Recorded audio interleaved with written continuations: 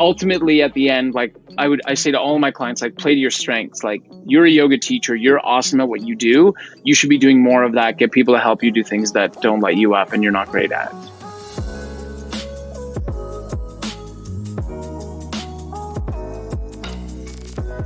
That was Cory Sterling. Hey everybody, welcome back to the Yogi Misfit Sessions. I'm Danny Pumploon. I'm still the host. Today is session 127. Listen, there's a lot of us that are moving different parts of our yoga business onto online platforms. Some people are starting to do retreats again. Some people are starting to do trainings. There's a lot of things going on in different places. That being said, it is always important to have someone in your back pocket that can guide you through what you've got to do legally, and Cory is the man. He was introduced by a friend of mine, and he owns a company called Conscious Counsel, and it's exactly what he does. He offers legal advice to yoga studios, yoga owners, just different things a bit like that. It's a really interesting side of the yoga, I'm using air quotes, business that we don't normally get to hear about. And yes, you guys, there is a business element of it, right? You got to open up an LLC, blah, blah, blah, blah, blah, blah, blah. He actually does a lot of work with me personally, and I'm super stoked with what I'm happy to have someone that knows what they're doing in my back pocket. I'm super stoked to have Cory on the show today. This goes without saying, of course, this show is not possible without everyone's love and support. If you want to support the show, the best way to do it is leave us a review on iTunes. You can also check out our support the show page. Links are down below in the show notes. You can give us a little donation so that we can continue to keep this awesome content coming out to you. Without further ado, let's talk about the law. Cory, you are the law. Oh my God. Yes. Just so for the record, like, I just refer to you now as the law. I'm always like, I got to go talk to the law, or I got to email the law. When I was talking to Brian about you, I was like, hey, how do you feel about the law? You know what? With great power comes great responsibility, and I accept being the law, and I promise to do great things with it. So thank you for the opportunity. Do you feel like it's a lot of pressure being like, you're just the law, and there's no jurisdiction of what law you are. You just are. There's no pressure at all. I think all it is a place of creation. It's like, wow, what are the most fun, incredible, playful laws we can come up with, and how do we just crush it by doing that? Cory, I haven't met you yet ever in person, and even in the way that we kind of just came into orbit was really cool. So, through our mutual friend Sherry, and she immediately texted me, and she's like, I don't know if you need any legal services, but if you do, you call this guy. You guys are going to get along great. And I was like, I'll look him up. And then I started looking up your stuff, and I was like, he seems cool. And then I looked at your Instagram, and I was like, he really likes being in Speedos and on beaches. We'll get along great. Yeah, you know what? In Portuguese, it's called a sunga, which is a Brazilian man bikini. That's how I describe it to my clients when they'll be like, "Oh, where are you? What are you wearing?" I'll be like, "I'm in my Brazilian man bikini." And the only question is, why not? And I haven't figured out the answer to that yet. So yes, I love our vibe too. I look forward to meeting in person one day. But in the meantime, my cup is full with the wonderful experiences we've had together so far. Listen, and I hope that we get to have these kinds of conversations, and that I don't have to call you being like, I need the law. I hope so too, but I think all of them are great, right? When you can look at everything that's happening in your life and your business as an opportunity, even sometimes dealing with those other things can provide growth. So the law and growth provider, facilitator. I'm into all of that. Sign me up for all the above. Okay, cool. Let's do it. So, Cory, so kind of a little backstory for the listeners out there. I met Cory through a friend, and you guys met. I forgot where it was something, but I started to look you up, and you are the owner, the creator of Conscious Counsel. How did this all come about? How did how did Conscious Counsel come about? And then I want to dive into like how you're helping yogis specifically with the law and all that. Yeah, how did Conscious Counsel came about? Conscious Counsel was an idea that I had of trying to make legal services fun, Danny, and I think we've explored a little bit how providing legal services can be fun. But what I found was missing from the legal landscape was heart and lawyers making things relatable, digestible, and fun for their clients. And what I kept seeing, I worked for a big law firm and then I worked for a small law firm, and I just saw clients continually coming in, paying a lot of money, not really having a positive experience, not being jazzed about it, and then in the end, not like leaving without understanding anything of what was going on or what they just paid for or what they just signed. So I was like, Right. okay, and it's also because law, it's a very archaic. It's not an industry. It's more it's a practice, but it's very archaic. It has very deep roots, and and the culture of lawyers is very fixed. And I didn't really fit in by their standards and their way of doing it. So I sort of just came to a point where I was like, fuck it, I'm going to try to be the lawyer that I would want to work with. And I want to be that way for other people. And if it doesn't work and it doesn't resonate and nobody likes me and I get no clients, then I'll just go back to being miserable working in a big office. And thankfully that hasn't happened yet. I mean, I for one can totally get it, because there's been times where I've never worked or met anyone like you're. Kind of a unicorn. Like, I've met plenty of attorneys and lawyers, like all that, but like no one that takes the approach that you do and works specifically with yogis, yoga teachers, and you speak a different language that a lot of other attorneys don't, if that makes sense. It does make sense, and I just speak the way that I would speak to my friends. I think the first thing I started doing when I started Conscious Counsel was just telling all of my clients that I love them, or signing things, I love you. And I'll never forget that first email to a potential client when I was getting ready to write, I love you. And I was like, holy shit, this feels right, but it's counterintuitive. Should I do it? And I was just like, screw it. I'm just going to tell my clients that I love them. And also the first sort of like branding thing that I came up with Conscious Counsel was that I'm a lawyer and I'm a real person. And that's just it. Like, in the way that we communicate, why would I pretend to use all these big words or try to intimidate someone when at the end we're obviously on the same level and we want to have a relationship that's mutually beneficial? So why not just be yourself and speak how you feel like speaking? Yeah, for sure. I know for a fact. I mean, like, let's be real. Let's be honest. There's yoga teachers out here that are listening to there's yoga practitioners, there's yoga teachers, and there's yoga studio owners, all the above, right? I know that when I first started teaching, I had zero clue about any of this stuff. Like, I didn't, you don't even think about it. When we're running businesses essentially as teachers and studio owners, for sure as studio owners, but even as teachers, you're, building your brand or, becoming you as a teacher, but you never think about, like, when you do teacher training, no one ever what the business of yoga lecture is basically like, here's the yoga industry. This is, how you go to Yoga Alliance. And then afterwards you can audition for class. It's very basic. There is no like what actually, it's kind of like high school when you take an economics class. They don't really teach you like how to actually like pay your bills and like how to do the things, And so what, go ahead. No, they don't. You're right. They don't teach you any of that, right? And so same thing in like 200-hour teacher training. Like, coming out of teacher training, you kind of step into this world and you're like, you're like, hello life. And then hello trying to run a business, and hello trying to do all the things that go, with that.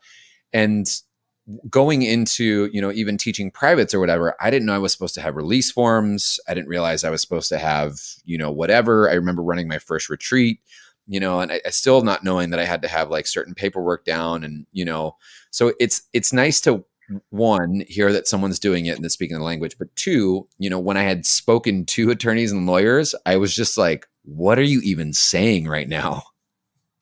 Yes. So that's normally how the conversation goes. And I worked in that environment for a bit. So I was able to catch the vibe of what it's like there and how unrelatable the experience is. So yeah, I'm with you on the, on how unrelatable and how challenging it can be to really connect with a lawyer. But just to that point of not understanding the practical point, like, I'm with you. And to me, it's shocking. And I spent about a year of my life writing a book, which came out in April. It's called the Yoga Law Book, Legal Essentials for Yoga Professionals. And the whole reason why I wrote that book was that I just saw that all of these yoga teachers or studio owners or retreat runners or teacher training organizers, everyone was making the exact same mistakes because, as you mentioned, it's not really included in the curriculum of a 200-hour yoga teacher training. And fixing the mistakes is pretty simple. As much as it might seem like these are complicated things, if you work with the right people, you can really get it sorted away and squared off really easily. So everyone was making the same mistakes. No one was talking about it. No one was communicating the message in a really comfortable and fun and easy and lighthearted way. And that's sort of the mission that I took on with a whole lot of love. Yeah. Yeah. And yeah, I mean, just again, I'll say like the approach to it, I think for me just makes it that much sweeter. And you know, I mean, you're a real human and you can tell that, you can get it. You know, you get that from your messaging and from the way that you approach, and it's just super cool. Let me beef you up some more. No, I appreciate that all of that's really nice, but I can tell you that it's all been authentic. Yeah, for sure. And one of the most consistent questions I'll get from my clients are like, oh, who's like, you know, like a fun, awesome, approachable accountant? And like, I haven't found one. And I went on my LinkedIn and I posted like, looking for an accountant and a real human being. And the responses I got back were like, so traditional, like, oh, this is my experience. And I love accountants the same way I love lawyers. But it was just like, no one was like, oh, what's up, dude? Like, I get that you try to help small business owners and that's my specialty. Let's hang and do a yoga class and whatever and drink tea or kombucha and chat about it. I'm like, it hasn't happened yet, but I've been manifesting other things before finding a conscious accountant. But yeah, man, it's 2020 and so much of the market of people doing things are young and they're on Instagram and they communicate a particular way that I think traditional law is on its way out. I hope so. So let's talk more about the book. What came about and what I think it's a resource for everyone out there. Yeah. It's a resource for everyone out there. I'm happy to also do a giveaway to any of your listeners. We can figure out how the giveaway will go, but I'd be happy to sign a copy for nice. For anyone who's listening. But yeah. It's a resource, and also like it's sort of fun, and I'm poking a little bit of fun about the legal industry. And I think one of the first chapters is called "Why Everyone Hates Lawyers." And, you know, talking about my experience of going through the process of law school and then big law firm and small law firm and all the sort of funny things that I observed. But the whole point is to make a paradigm shift early on and just to get people to realize, look, you probably think you know all these things about lawyers and you're super intimidated and it's crazy expensive and whatnot. But the practical aspect of it is that it can be really different. And what I encourage people to do is to communicate in their relationships. And that's basically how I break law down. I'm like, look, you're going to need a written agreement for every particular commercial relationship you have. And how can you create the ideal terms and boundaries around that relationship? And that's sort of what I set out to do in the book. And the way the book is organized is that I tackle the most common issues or areas of law that a yoga teacher or yoga professional will operate in. And I basically make the law super approachable. I'm like, look, this is the actual deal. This is what's happening. The only basic things you need to know are. And then I write it. And then also in each chapter, I included a story that I went through with one of my clients because, like I said before, all of the stories are the same. And I just see the same problems that people are unaware of and don't really know that you need to correct. And I just thought, why not share these stories and do it, you know, in a light, easy, cool, fun way, so that hopefully people will learn that way, and then also so people won't have to make the same mistakes. So what are these things that keep popping up for everybody? The biggest thing, generally, the biggest issue are miscommunication of expectations in relationships. And really what I try to use a legal document for is to understand the boundaries and the expectation that two people have in working together, and finding a way to put that into a written document that both people understand it and both people feel comfortable with it. Because what I've noticed is that the issues that will always come up will be something that, you know, afterwards someone will be like, oh, I knew I should have put that in, or like we were going to talk about it, but we never did. And like, those are the things that always will come back. So that's a very blanket answer. Would you like me to go more specific for yoga teachers and yoga professionals and like? Yeah, for sure. Cool. So in the most consistent things that I'll see, one will be revising waivers of liability. So in the whole thing about a waiver of liability is that it's different from the other documents because what's happening is someone is signing away their legal rights.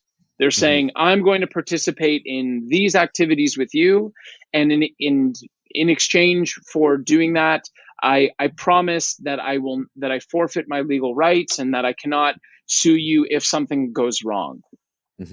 Now, the whole idea behind the waiver of liability is like, cool, two people are jamming, they're hanging out, one person is leading, and that person has a responsibility to make sure the person who they're leading or teaching is safe. But in order to do so properly and have that waiver of liability upheld, you need to communicate exactly what you're going to be doing together. And the biggest issue I see is that waivers of liability aren't specific enough when it deals with, okay, what are we doing together? What are the risks of doing these things together? What are the possible outcomes from these risks? And then understanding all of these risks, the person still agrees to voluntarily participate and ultimately to release you of liability. And the most common thing that I'll see when I get waivers, and like the classic scenario always is someone's like, hey, can you take a look at my waiver? I think it just needs a little bit of revision. And I'll always say to them, like, look, I'm happy to review it, but 99% of the time I do this, it's incorrect. And that's what it is. And the reason when a waiver of liability will not be upheld is if it's not specific enough about all of those things that you're doing. Like, are you doing acro yoga? Are you doing aerial yoga? Is there partner work involved? Are you using props?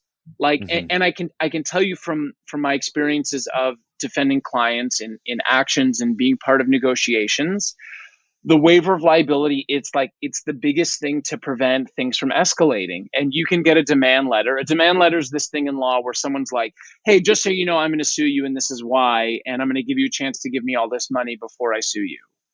Right. And then when you get that piece of paper, you're going to call a lawyer. And the first thing the lawyer is going to say is like, okay, what evidence can you provide to me? What support can you provide to me to counter this and to show these people like, hey, you think that we did something wrong when really you actually signed this agreement. And I've been on both ends of a waiver being strong enough and not being able to nullify a claim. And I've also been on the end of it where a waiver was not strong enough, which led to way more money being spent on the problem, lots of stress, lots of worry, and a completely different type of settlement in the issue. So one thing is just waiver of liability for all teachers out there and all studios out there. Like, protect your assets. That's the best thing to get going. Other issues that will always come up, especially in California now, is the distinction between a contractor and employee, and what that means for whoever's hiring who.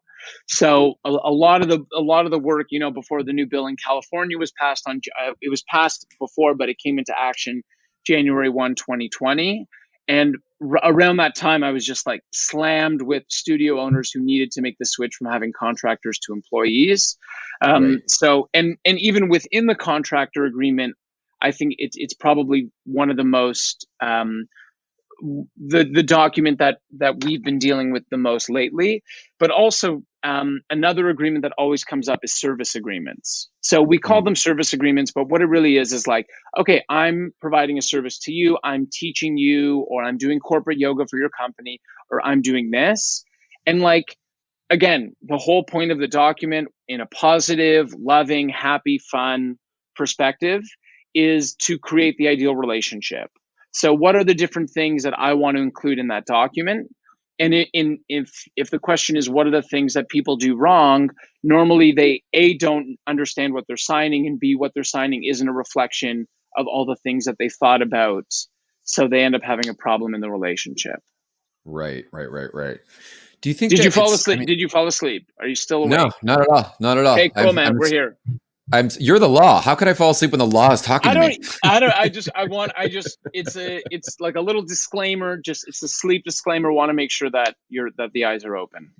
Yeah, and I think it's important for everyone listening out there, not only just the teachers and whatnot, but also the people that are getting into it, to be really clear as to what they're signing and why they're signing it. It's not just it goes on both sides to protect what people are getting themselves into.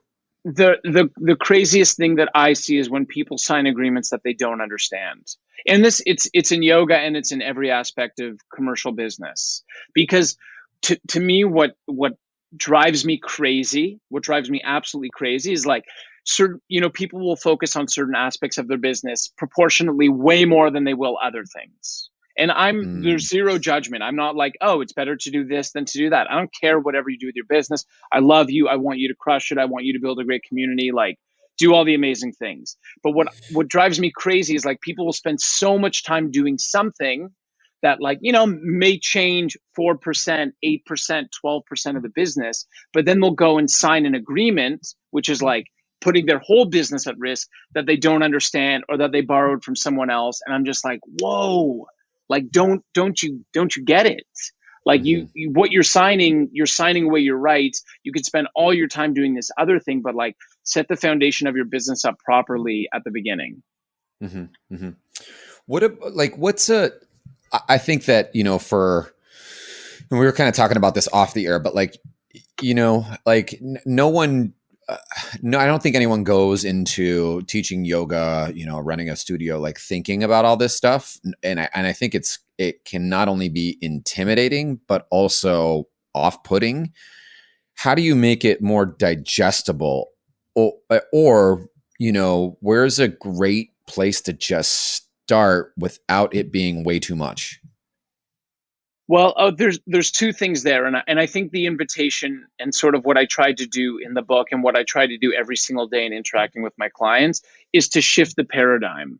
So the first thing is like, yes, it might seem like it's something completely overwhelming, but also you just need the basic minimum of it to work. So the real question is, what do I need? What is required for this to work for me and my business, right? Mm-hmm, mm-hmm. So that's the first thing I'd say. Like, it's not like, oh, the expectation isn't that you're going to be writing your own agreements and that you're going to become a lawyer and you're going to do. No, like you are a yoga teacher. You can walk into a room, you can lead people, you have incredible insight, you change and transform people's lives on a daily basis. That is exactly what you should be doing. That being said, other things in the business need to get done. And how can you accomplish those things as easily as possible? And like, look, I hire a bookkeeper and an accountant. I take pictures of my receipts on this app called Receipt Bank, and like, I don't know, it goes somewhere that connects with something, and I pay someone however much money, a couple $100 a month to deal with it. And like, cool, because when I tried balancing my own books, I hated my life. So I think to answer your question is like, choose the things that light you up in your business and choose the things that you're great about in your business and focus on that. That being said, if there are certain things, if you're at a position in your business where you aren't able to hire professionals to assist in providing these services, I think just doing proper research about in either, it could be in a book, it could be on the internet or whatever it is, making sure it's from a reliable source. But like I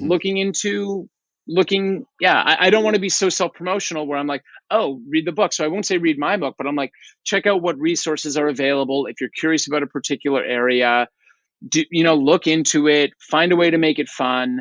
But ultimately at the end, like I say to all my clients, like, play to your strengths. Like, you're a yoga teacher, you're awesome at what you do. You should be doing more of that. Get people to help you do things that don't light you up and you're not great at. Right. I mean, even then, like, you're whether you're plugging yourself or not, it's like, thank you. And your stuff's out there and it's good. So why not pick up that resource?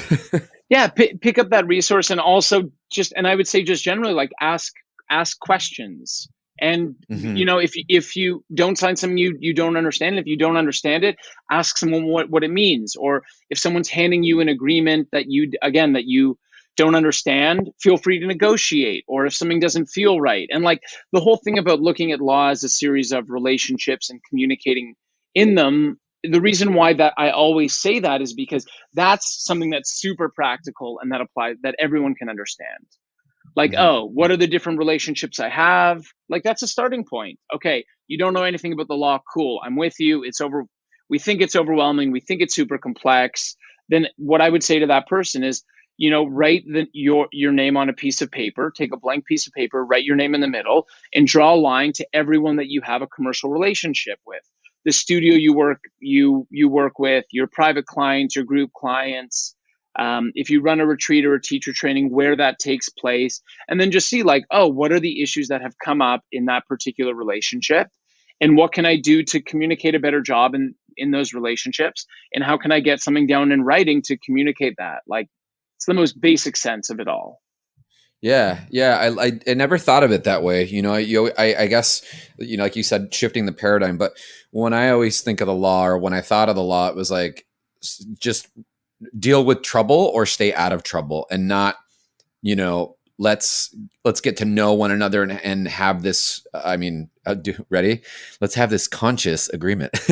Yes, let's have this heart leading conscious agreement, but it's also about respect, and I think Right. it's about respect in relationships, and like, even my friends who I work with, I'll I've drafted their service agreements, and I'm like, send me a service agreement so that I know exactly what you're doing, what I'm paying you, when it's going to be done, how, when payments are going to be made, and all of these things. And Mhm. it's just having that.